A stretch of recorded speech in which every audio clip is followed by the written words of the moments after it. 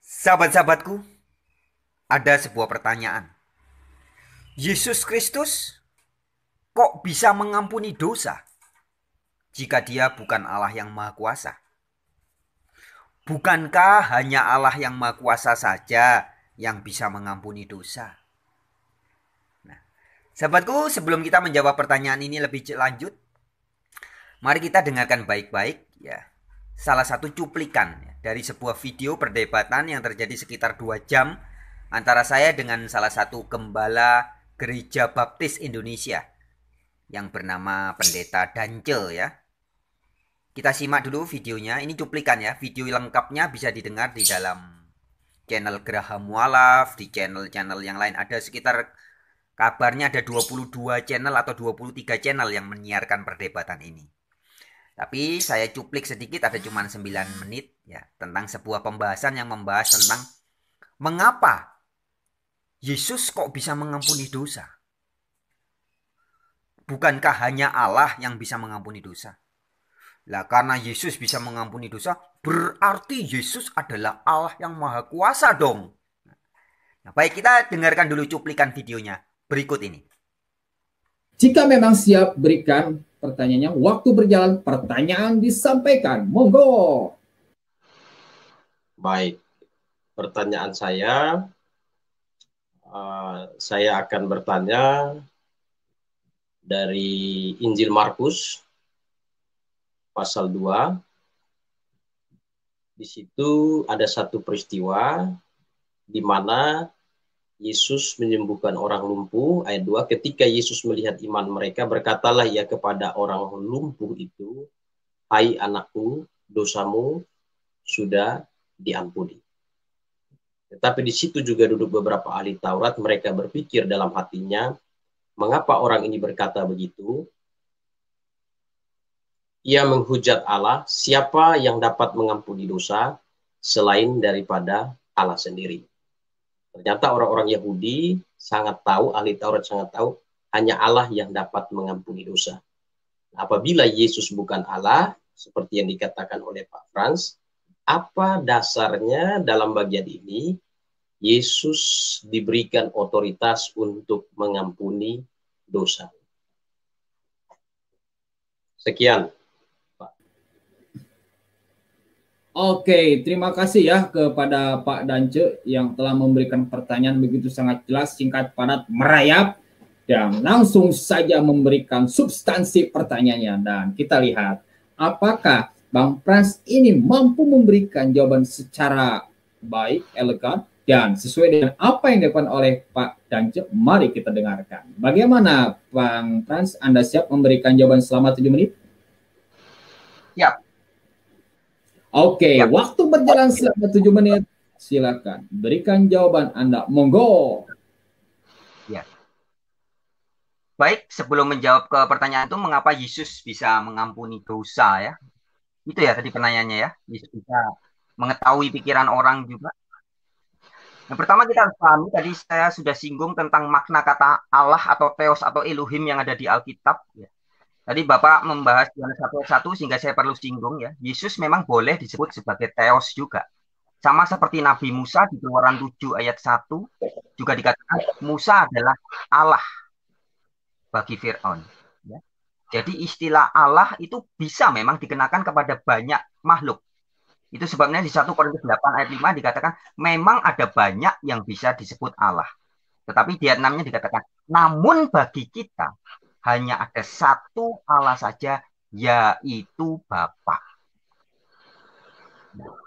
Jadi sekaligus menyinggung tentang Yesaya 9 ayat 5, Pak. Ya. Nah, ini ada perbedaan pemahaman yang sangat fatal. Yesaya 9 ayat 5 itu adalah bukan nubuatan terhadap Yesus yang saya pahami.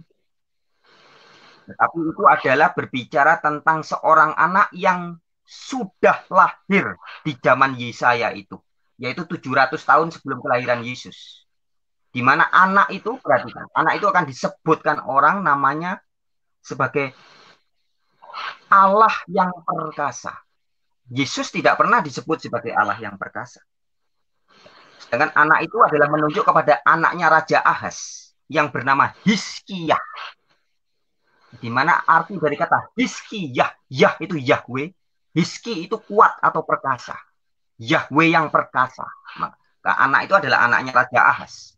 Kata kuncinya adalah di Yesaya 9 ayat 5 itu, sebab seorang anak telah lahir untuk kita. Ya, jadi kata kuncinya di kata setelah, sudah lahir. Pak. Jadi anak yang digelari sebagai Allah yang perkasa itu sudah lahir di zaman Yesaya.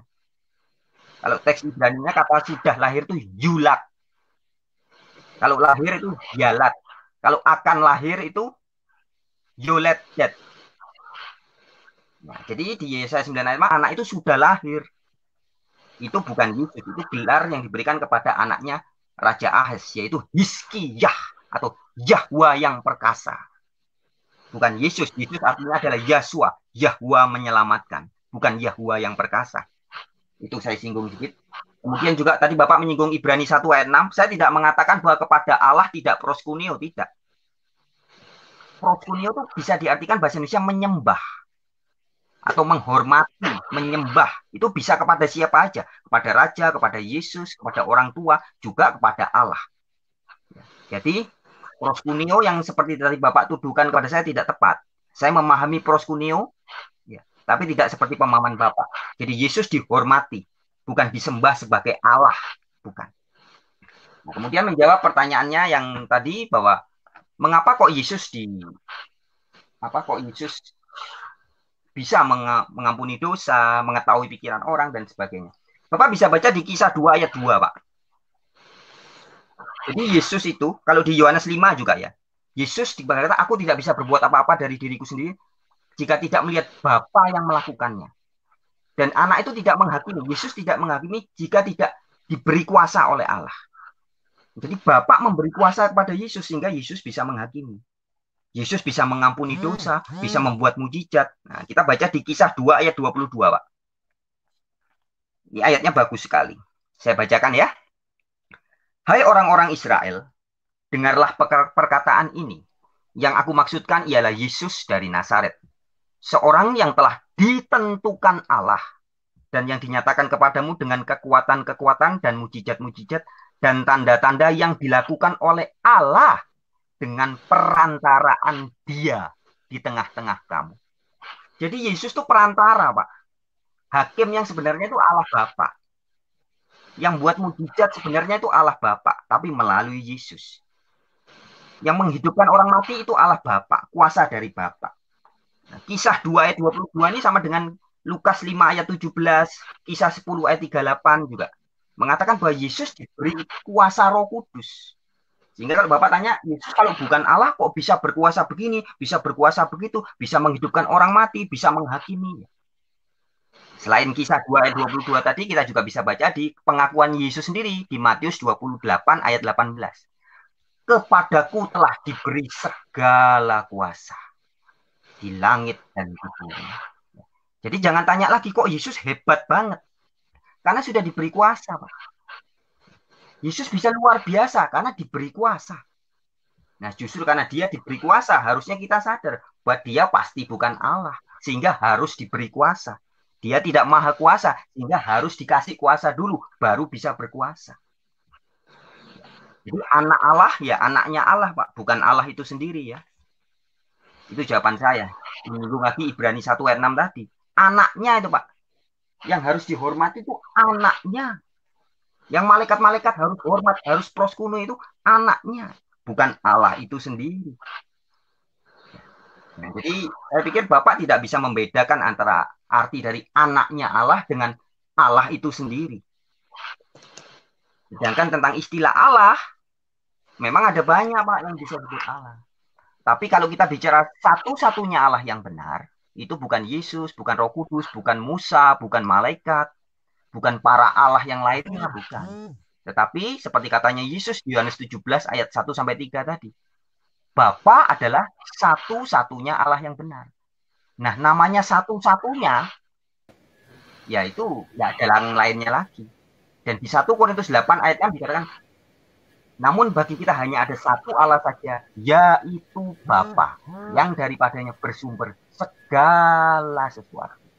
Nah, jadi sumbernya kuasanya Yesus. Yesus bisa berkuasa macam-macam. Itu ya dari Allahnya Yesus. Siapa Allahnya Yesus? Bapa atau Yahwa. Yang di dalam Mika pasal 5 ayat 1 sampai 3 dikatakan Yahwa, Allahnya. Jadi Yahwa itu Allahnya Yesus. Yang membuat Yesus jadi hebat itu Allahnya Yesus, Pak. Namanya Yahwa. Jadi bukan Yesus dari kuasanya sendiri. Demikian. Nah, baik teman-temanku, sahabat-sahabatku. Jumpa lagi dalam channel Wartawan Injil ya. Baik, tadi sudah menyaksikan cuplikan videonya dan di video itu juga sudah saya sampaikan mengapa Yesus bisa mengampuni dosa ya. Tapi karena terkendala waktu ya, sehingga ada beberapa hal yang tidak sempat saya ungkapkan. Nah, pada kesempatan ini izinkan saya untuk menambah jawaban dari apa yang ditanyakan oleh orang-orang, seperti salah satunya Pak Pendeta Dance itu yang bertanya, kalau Yesus bukan Allah yang Maha Kuasa, kok bisa sih mengampuni dosa? Ya. Nah, di cuplikan itu sudah sempat saya singgung ayatnya di Kisah pasal 2 ayat 22, di mana Yesus bisa mengampuni dosa, bisa menyembuhkan orang sakit, ya, bisa membuat mujizat dan tanda-tanda, adalah dikatakan karena Yesus dijadikan perantara oleh Allah dalam berkarya. Kisah 2 ayat 22 itu sangat bagus ayatnya. Dikatakan di situ bahwa Yesus yang dari Nazaret, orang yang ditentukan Allah, ya, dengan tanda-tanda, kekuatan, mujizat-mujizat yang dilakukan oleh Allah dengan perantaraan Dia. Jadi dengan perantaraan Yesus, Allah berkarya. Kalau zaman dulu Allah juga pernah menyembuhkan orang sakit melalui perantaraan Nabi Elia, Nabi Elisa, membuat mujizat juga melalui perantaraan Nabi Musa, ya, dan banyak hal. Bukan berarti Musa adalah Allah yang menjelma menjadi manusia, atau Elia, atau Elisa, atau nabi-nabi yang lainnya, Yeskiel dan sebagainya, adalah Allah yang menjelma menjadi nabi. Bukan. Ya.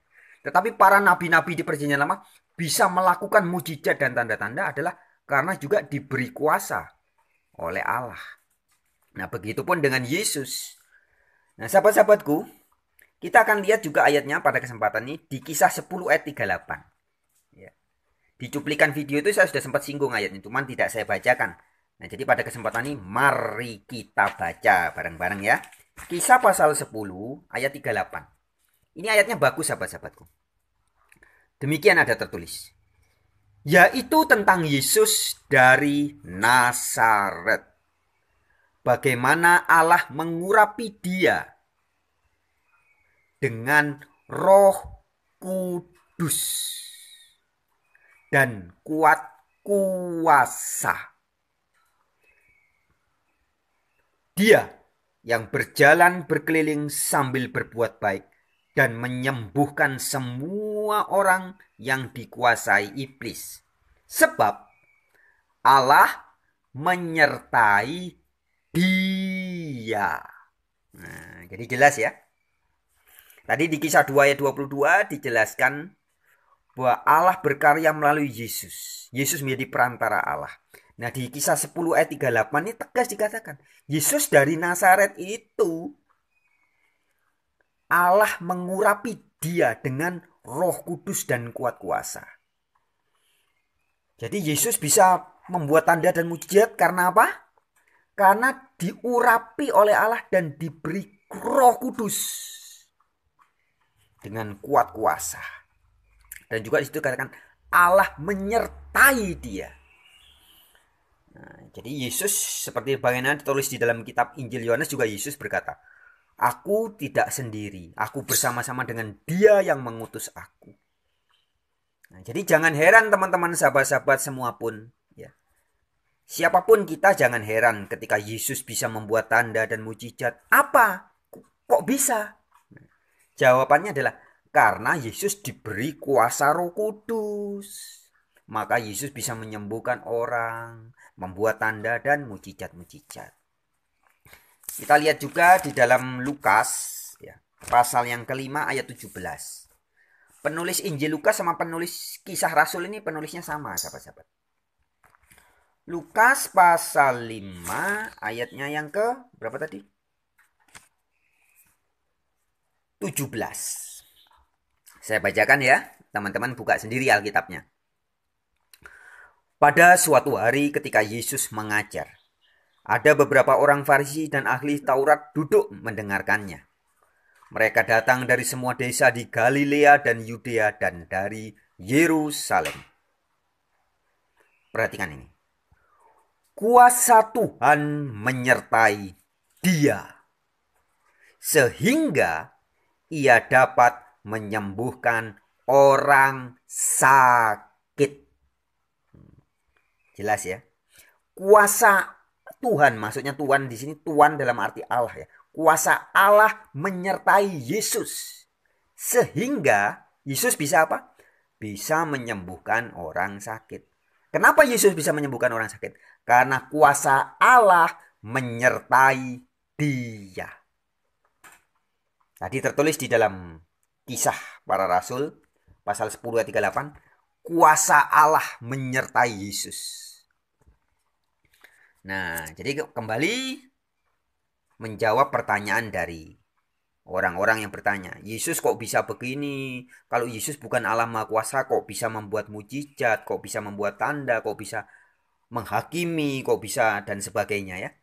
Jawabannya adalah karena Yesus mendapat pengurapan dari Allah Bapa. Maka namanya disebut Kristus. Orang disebut Kristus karena orang yang mendapat pengurapan, orang yang diurapi oleh Allah, diurapi untuk menjadi juru selamat. Itulah arti Kristus. Mesias atau Kristus atau Al-Masih artinya orang yang diurapi untuk menjadi juru selamat. Yang mengurapi adalah Allah ya. Nah, kemudian Pak Pendeta Dance bertanya bahwa bukankah hanya Allah yang bisa mengampuni dosa? Kalau Yesus bukan Allah, kok bisa mengampuni dosa? Iya, kalau memang Yesus diurapi, Yesus mendapat karunia Roh Kudus, maka Yesus bisa membuat mujizat, membuat tanda, iya. Tapi kalau mengampuni dosa, masa manusia bisa mengampuni dosa? Nah, sahabatku, di dalam Injil Matius dikatakan, orang yang sesat adalah orang yang tidak mengerti kuasa Allah. Dikatakan di situ oleh Yesus, kamu sesat sebab kamu tidak mengerti kuasa Allah. Sebab kamu tidak memahami kitab suci maupun kuasa Allah. Nah, kuasa Allah itu seperti apa? Orang yang diberi kuasa Allah, ya otomatis menjadi bisa melakukan pekerjaan-pekerjaan Allah. Presiden Joko Widodo diberi kuasa. Yang tadinya dia gubernur, kemudian diberi kuasa oleh rakyat Indonesia untuk menjadi presiden. Maka setelah dia diberi kuasa jadi presiden, ya otomatis dia bisa bertindak sebagai presiden. Kok bisa jadi bertindak sebagai presiden? Lawong diberi kuasa presiden kok. Nah, begitupun orang-orang yang diberi kuasanya Allah, maka bisa melakukan pekerjaan-pekerjaan Allah. Maka Yesus bisa menghakimi, bisa juga mengampuni dosa. Karena diberi kuasa Roh Kudus tadi. Nah, terus kalau tadi diargumenkan bahwa katanya orang-orang Yahudi paham bahwa yang bisa mengampuni dosa hanya Allah. Nah, pemahaman orang Yahudi itu sesat. Ya, yang di Markus tadi, menurut Pak Pendeta Danco, orang-orang Yahudi paham betul bahwa yang bisa mengampuni dosa hanya Allah. Nah, itu paham yang salah. Sebab sesungguhnya yang bisa mengampuni dosa bukan hanya Allah. Tapi siapapun yang diberi kuasanya Allah, maka bisa juga mengampuni dosa. Buktinya, Yesus diberi kuasa oleh Allah.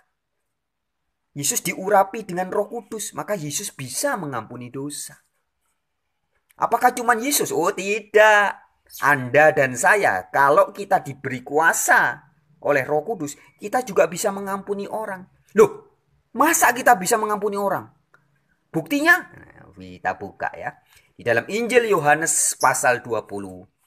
Baca mulai ayat yang ke-22. Mulai 21 ya. 21 sampai 23. Saya akan bacakan sahabat-sahabat. Perhatikan ayatnya, jangan lupa ya. Ayat Yohanes pasal 20, ayat 21 sampai 23. Demikian ada tertulis.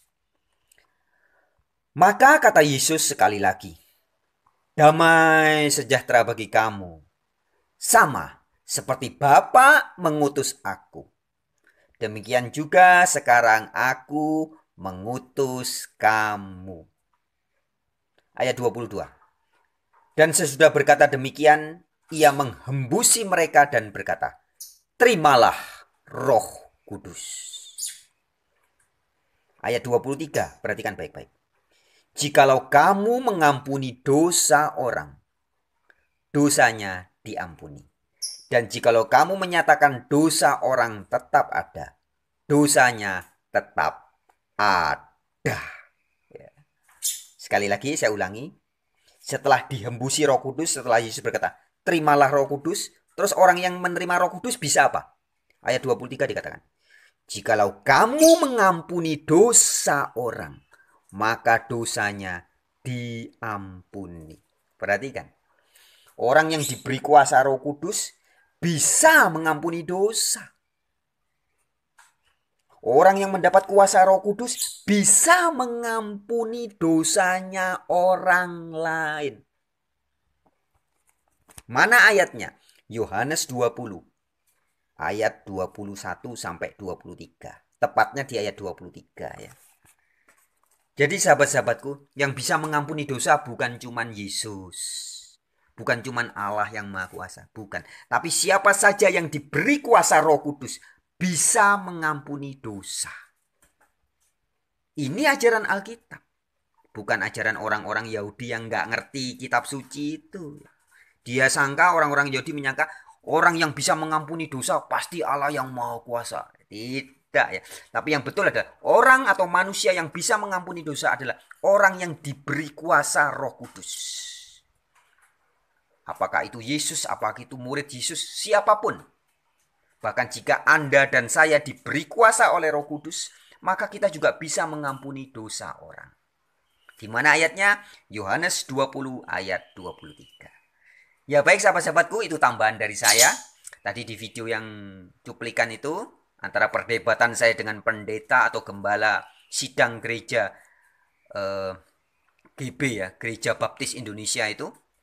Silahkan teman-teman yang mau menonton perdebatan lebih detailnya ya. Banyak hal yang penting di situ. Karena perdebatan itu berlangsung 1 jam lebih, hampir 2 jaman ya. Silakan bisa didengarkan di channel Graham Walaf. Ada mungkin juga channelnya siapa namanya Edi Prayitno. Kemudian total ada katanya ada sekitar 23 channel. Teman-teman cari sendiri, dengarkan baik-baik ya. Baik, terima kasih kawan-kawan buat siapapun yang mau menonton dan mendengarkan video ini. Shalom.